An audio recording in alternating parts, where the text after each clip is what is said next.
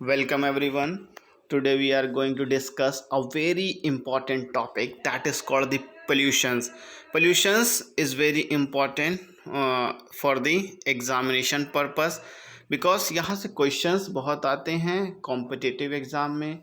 और जिस लेवल पर ये पोल्यूशंस है क्लास 10th में 11th में 12th में सभी में क्वेश्चंस आते हैं और ऑब्जेक्टिव टाइप में पूछते हैं। एक्चुअली पोल्यूशंस होते क्या हैं?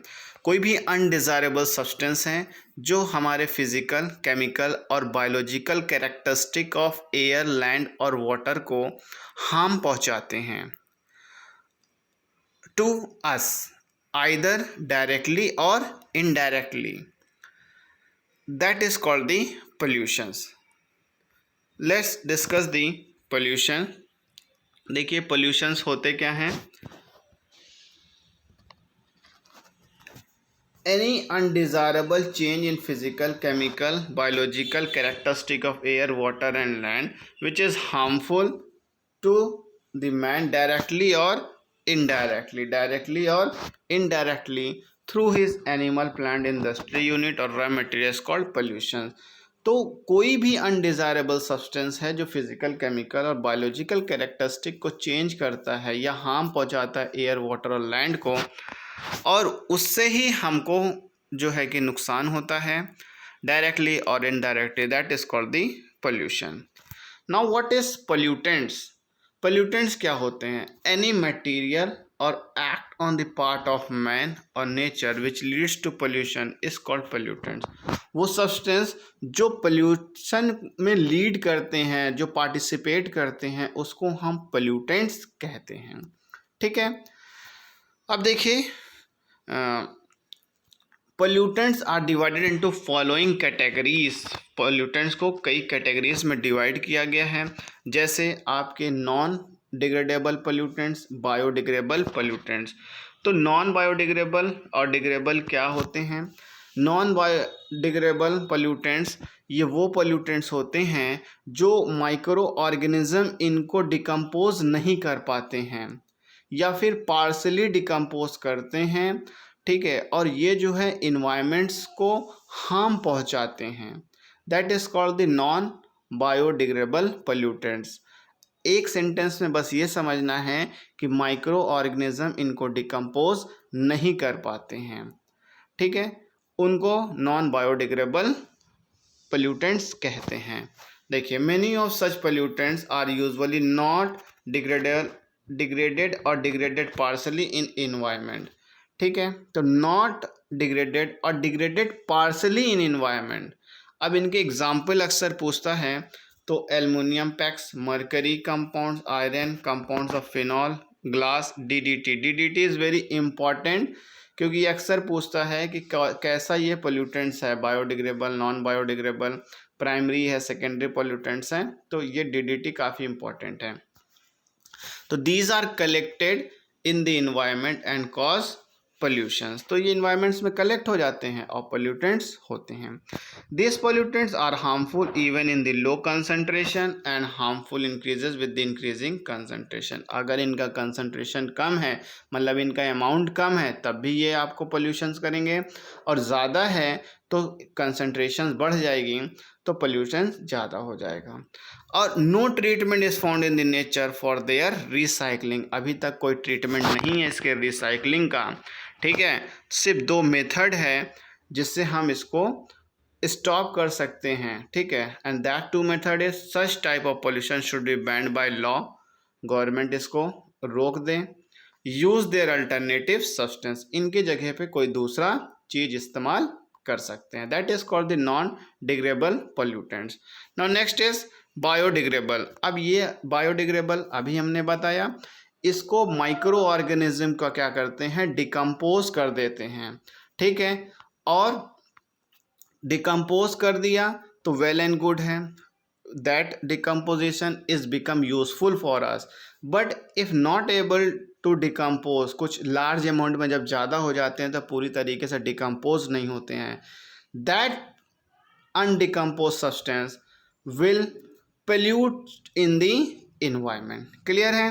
देखिए, if much of the domestic sewage, paper, woods, garbage, live stock waste etc. are easily degradable completely by micro organism. तो डिग्रेडेबल कर देते हैं, इनको डिकम्पोज कर देते हैं, इट बिकम्स यूजफुल। अगर ऐसा कर लेते हैं तो they are useful. But if this material enter the environment in large quantity that they cannot be degraded completely, then addition of this material cause pollution in the environment। तो environment में pollutions हो जाते हैं, ठीक है। now next is primary pollutants and secondary pollutants। Primary pollutants क्या हैं? देखिए, these persist in the form in which they are added to the environment। तो environments में ये added होते हैं, पाए जाते हैं, ठीक है। जैसे DDT, कार्बन मोनोऑक्साइड एक्सेट्रा। देखिए वहाँ नॉन बायोडिग्रेडेबल में भी DDT था, प्राइमरी में भी पोल्यूटेंट्स में DDT आ रहा है, इसलिए DDT काफ़ी इम्पॉर्टेंट्स आते हैं। अब सेकेंडरी पोल्यूटेंट्स क्या होते हैं? यही प्राइमरी पोल्यूटेंट्स जब आपस में केमिकली रिएक्ट करते हैं तो वो सेकेंडरी पोल्यूटेंट्स बन जाते हैं। These are form by chemical reaction amongst primary pollutants. तो प्राइमरी पोल्यूटेंट्स आपस में केमिकल रिएक्शन करते हैं, सेकेंडरी पोल्यूटेंट्स बना देते हैं। Example photochemical smog, London smog, PAN O3 that is ozone. तो ये आपके सेकेंडरी पोल्यूटेंट्स हैं। सिनर्जिज्म, सिनर्जिज्म क्या है? Formation of secondary pollutant. तो सेकेंडरी पोल्यूटेंट्स का फॉर्मेशंस को हम सिनर्जिज्म कहते हैं, और secondary pollutants are more toxic then the primary pollutants. तो secondary pollutants is very harmful to the primary pollutants. Clear? Now next is quantitative pollutants and the qualitative pollutants. तो qualitative pollutants और quantitative pollutants को discuss करते हैं। These are the substance which occur in nature. तो nature में ये occur हैं but become polluted when their concentration reaches beyond a threshold value in the environment.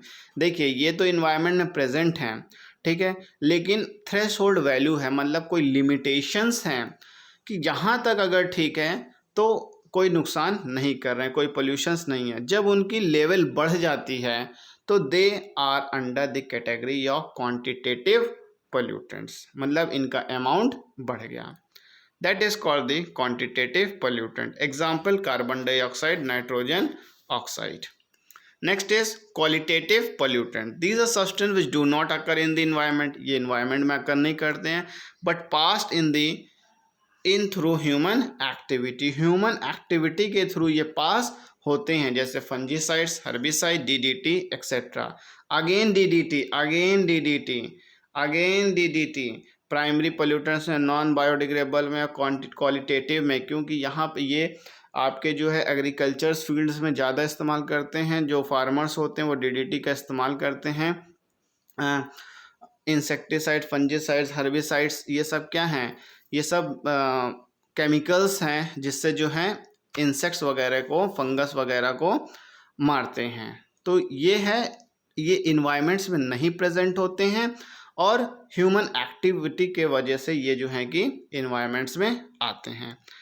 देखिए कुछ अदर टाइप्स ऑफ पोल्यूशंस हैं, उसमें नेचुरल पोल्यूशंस जो है काफ़ी इंपॉर्टेंट है, क्योंकि यहाँ पे जो नेचुरल सोर्सेस है, मीथेन का अक्सर क्वेश्चन आता है। तो वो कहाँ कहाँ से फॉर्म होता है? पैडी फील्ड, मतलब जहाँ पर राइस की जो है कि फील्ड है, एग्रीकल्चरिंग है, वहाँ पर मीथेन। कैटल में देखिए वहाँ पे मिथेनोजेंस बैक्टीरिया प्रेजेंट होते हैं। जब दे एक्सक्रीट, जब काउडंग निकलता है तो वहाँ से मीथेन का प्रोडक्शन होता है। मार्शी एरिया, फॉरेस्ट फायर पर मीथेन होता है, ठीक है। Now next is anthropogenic pollution caused by human activity. Human activity जैसे क्वालिटेटिव पोल्यूटेंट्स में हो रहा है वैसे यहाँ पर हो रहा है। Negative pollution and positive pollution. Negative मतलब रिमूवल ऑफ और absence of desirable substance at right place. वो जगह जहाँ पर चीज़ें की ज़रूरत है पर वहाँ से वो चीज़ें रिमूव कर दी गई है, that is called the negative pollution. Removal or absence of desirable substance at right place which result in loss of soil productivity, that is called the negative pollution. The soil productivity, loss of soil productive, over grazing, soil erosion, ज़्यादा over grazing हो गया, soil erode कर गया, that is called the negative pollutants. Now next is positive pollutants. यहाँ पर क्या है, presence और एडिशन ऑफ अनडिजायरेबल सब्सटेंस, जिसकी ज़रूरत नहीं है वो आपको मिल गया एट रॉन्ग प्लेस, गलत जगह पर, विच result in reduction of soil fertility. ज़रूरत नहीं है तो यहाँ भी सॉइल की फर्टिलिटी रिमूव कम हो जाएगी। More use of bio fertiliser, land filling by waste. तो these are the basic for the pollutants. अब हम लोग बात करते हैं सबसे पहले एयर पोल्यूशंस की। तो देखिए डिफरेंट टाइप्स ऑफ पोल्यूशंस हैं। सबसे पहले सबसे इम्पॉर्टेंट हम डिस्कस कर रहे हैं एयर पोल्यूशंस का।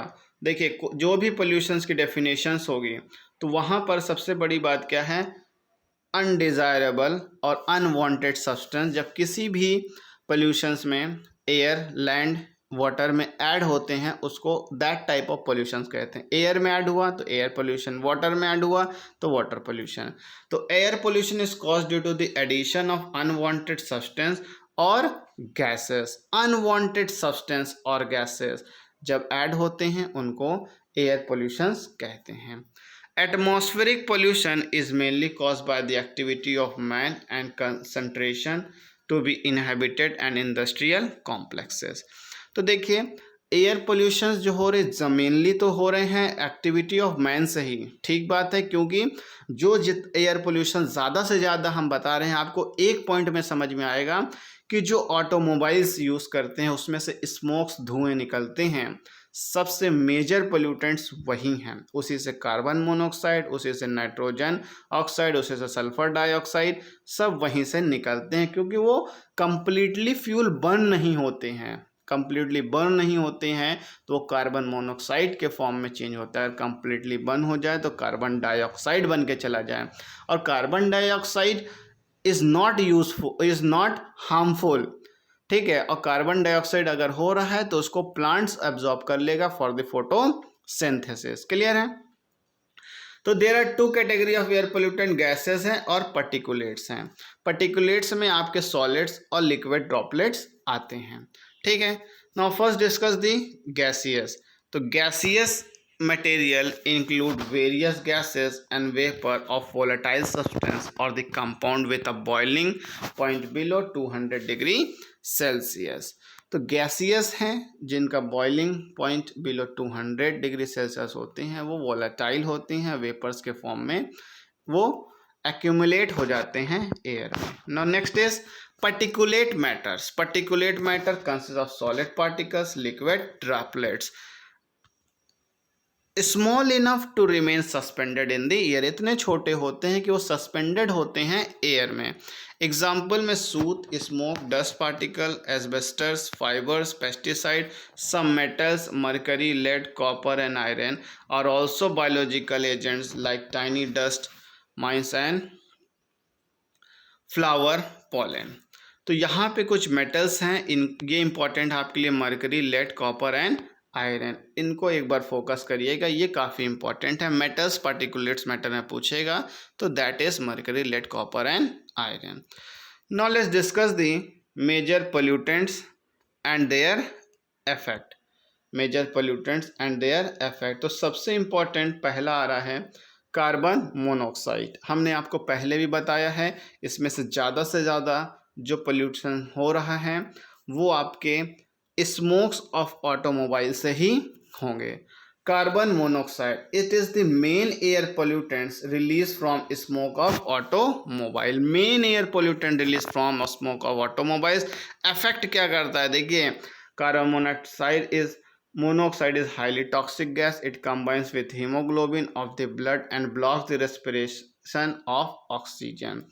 तो ये क्या करता है, कंबाइन करता है हीमोग्लोबिन जब हमारे बॉडी में जाता है और ब्लॉक कर देता है ऑक्सीजन के ट्रांसपोर्ट को, मतलब ऑक्सीजन का ट्रांसपोर्टेशन बॉडी में होता है, ये उससे जाकर बाइंड करता है, ब्लॉक कर देता है ऑक्सीजन के ट्रांसपोर्ट को, जिससे प्रॉब्लम होती है, रेस्पिरेटरी प्रॉब्लम हो जाती है। It cause death due to asphyxiation when inhaled in large amount, जब ज़्यादा अमाउंट में कार्बन मोनोऑक्साइड हमारे बॉडी में चला जाएगा तो asphyxiation, this term is important for you, asphyxiations हो जाते हैं, सांस लेने में दिक्कतें होने लगती हैं और जिसको होता है उसकी डेथ हो सकती है।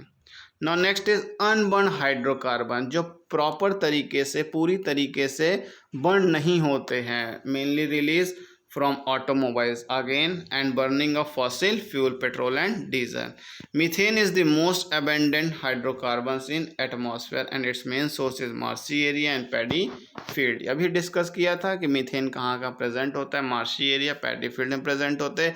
हाइड्रोकार्बन्स में मोस्ट अबेंडेंट्स आपके मीथेन होते हैं जो कि आपको हार्मफुल कहते हैं। हाइड्रोकार्बन कॉजेज लंग कैंसर, तो लंग कैंसर हो जाते हैं। Now next is ethylene. Ethylene सभी जानते हैं, ये फ्रूट्स राइपनिंग में हेल्प करता है। आप प्लांट हार्मोन्स वगैरह में पढ़ा होगा, नहीं पढ़ा होगा तो मेरी वीडियो एक बार देखिए, ठीक है। अब यहाँ पर क्या है, ये देखिए, ethylene release in air during fruit ripening, फल पक जाते हैं तो वहाँ से रिलीज होते हैं, लेकिन ये जो गैस है इसके निकलने से क्या नुकसान है, क्या इफेक्ट है, falling of leaves without particular reason, बिना किसी रीज़न के जो है कि लीव्स जो हैं गिरने लगते हैं। Falling of flowering birds before time, तो समय से पहले पत्तियां और बर्ड्स गिरने लगते हैं, इथिलीन है, ठीक है। Next is nitrogen oxide. Nitrogen oxide again burning of fossil fuel in automobiles, burning of fossil fuel in automobiles, again automobiles which is very important. देखिए एक टर्म में हमने बताया था ऑटोमोबाइल से ही सारी गैसेस निकल रही हैं। This nitrogen oxide from photochemical smoke in atmosphere and release ozone. Nitrogen oxide also responsible for acid rain, तो एसिड रेन के लिए ये रिस्पॉन्सिबल हैं, और सल्फर डाइऑक्साइड भी। Entry of these nitrogen oxide causes respiratory troubles such as emphysema, bronchitis, swelling of lungs and lung cancer. तो देखिए respiratory ही problems हो रही है एयर पोल्यूशन से।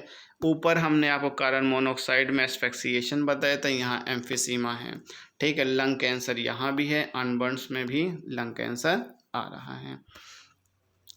Now next is sulphur oxide. These are most harmful gaseous pollutants. Main source of sulphur oxide are coal burning, smelter, oil refinery, तो यहाँ पर भी कोल बर्निंग्स वगैरह से भी जो स्मोक्स निकलते हैं उसी में हैं।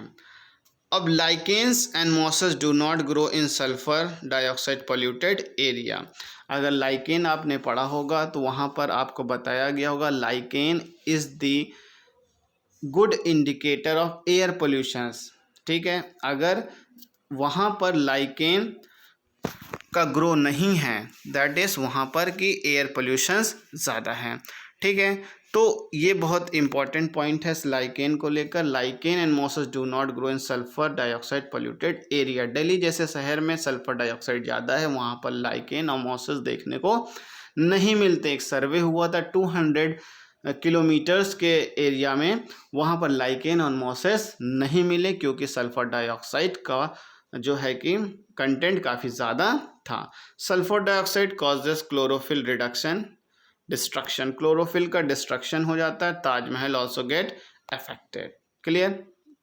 अब देखिए एक सिंपल सा क्वेश्चन, स्मोक्स अगर है, कोई धुआं है तो उसमें कौन कौन सी गैसेस प्रेजेंट होती है? Sulphur dioxide, sulphur trioxide, nitrogen dioxide, nitrogen oxide, carbon monoxide, carbon dioxide. तो these are important major pollutants and their effects for the air pollutants. अब देखिए सेकेंडरी पोल्यूटेंट्स जो है आपके, सेकेंडरी पोल्यूटेंट्स जो प्राइमरी से ही रिएक्ट करके सेकेंडरी बनाते हैं, तो इसमें जो है दो आते हैं, एक smog and the second is acid rain, ठीक है। अब सबसे पहले एक इम्पॉर्टेंट क्वेश्चन डिस्कस किया गया है कि स्मॉग क्या होता है। Smog is the mixture of smoke plus fog. कोहरा और धुआं जब मिल जाता है तो उसको हम स्मॉग कहते हैं, और ये भी जनरली आपको अक्टूबर, नवंबर, दिसंबर तक दिल्ली में देखने को मिलता है। हमेशा इसे धुंध सा रहता है।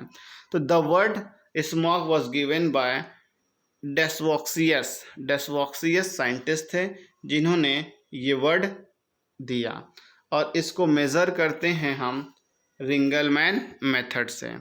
तो ये दो टर्म काफ़ी इम्पॉर्टेंट है, एक साइंटिस्ट का डेसवॉक्सियस, और इसको मेज़र करने के लिए रिंगलमैन मेथड का इस्तेमाल होता है। प्राइमरी पोल्यूटेंट्स में हमने वहाँ पे फोटोकेमिकल्स, लंदन स्मॉग देखा था। फोटोकेमिकल्स को लॉस एंजल स्मॉग कहते हैं। लॉस एंजल्स सिटी है जो कैलिफोर्निया में है, सभी जानते होंगे, ठीक है। तो ये स्मॉग सबसे पहले वहाँ देखा गया था, इस वजह से ये नाम भी लॉस एंजल स्मॉग के नाम पर पड़ा। लंदन स्मॉग सभी जानते हैं कैपिटल है इंग्लैंड की, तो ये वहाँ पर ऑब्जर्व किया गया था, इस वजह से लंदन स्मॉग। इसमें कौन कौन सी गैसेस, कौन कौन सब्सटेंस प्रेजेंट है और इनसे क्या नुकसान है वो हमें देखना है। तो first discuss the Los Angeles smog और photochemical smog. It was first observe in Los Angeles. In this process smoke, fog, nitrogen oxide, hydrocarbons, that is the methane, oxygen, UV light and high temperature are essential. So these substances are very important: smoke, fog, nitrogen oxide, hydrocarbon, oxygen, UV light and high temperature are essential.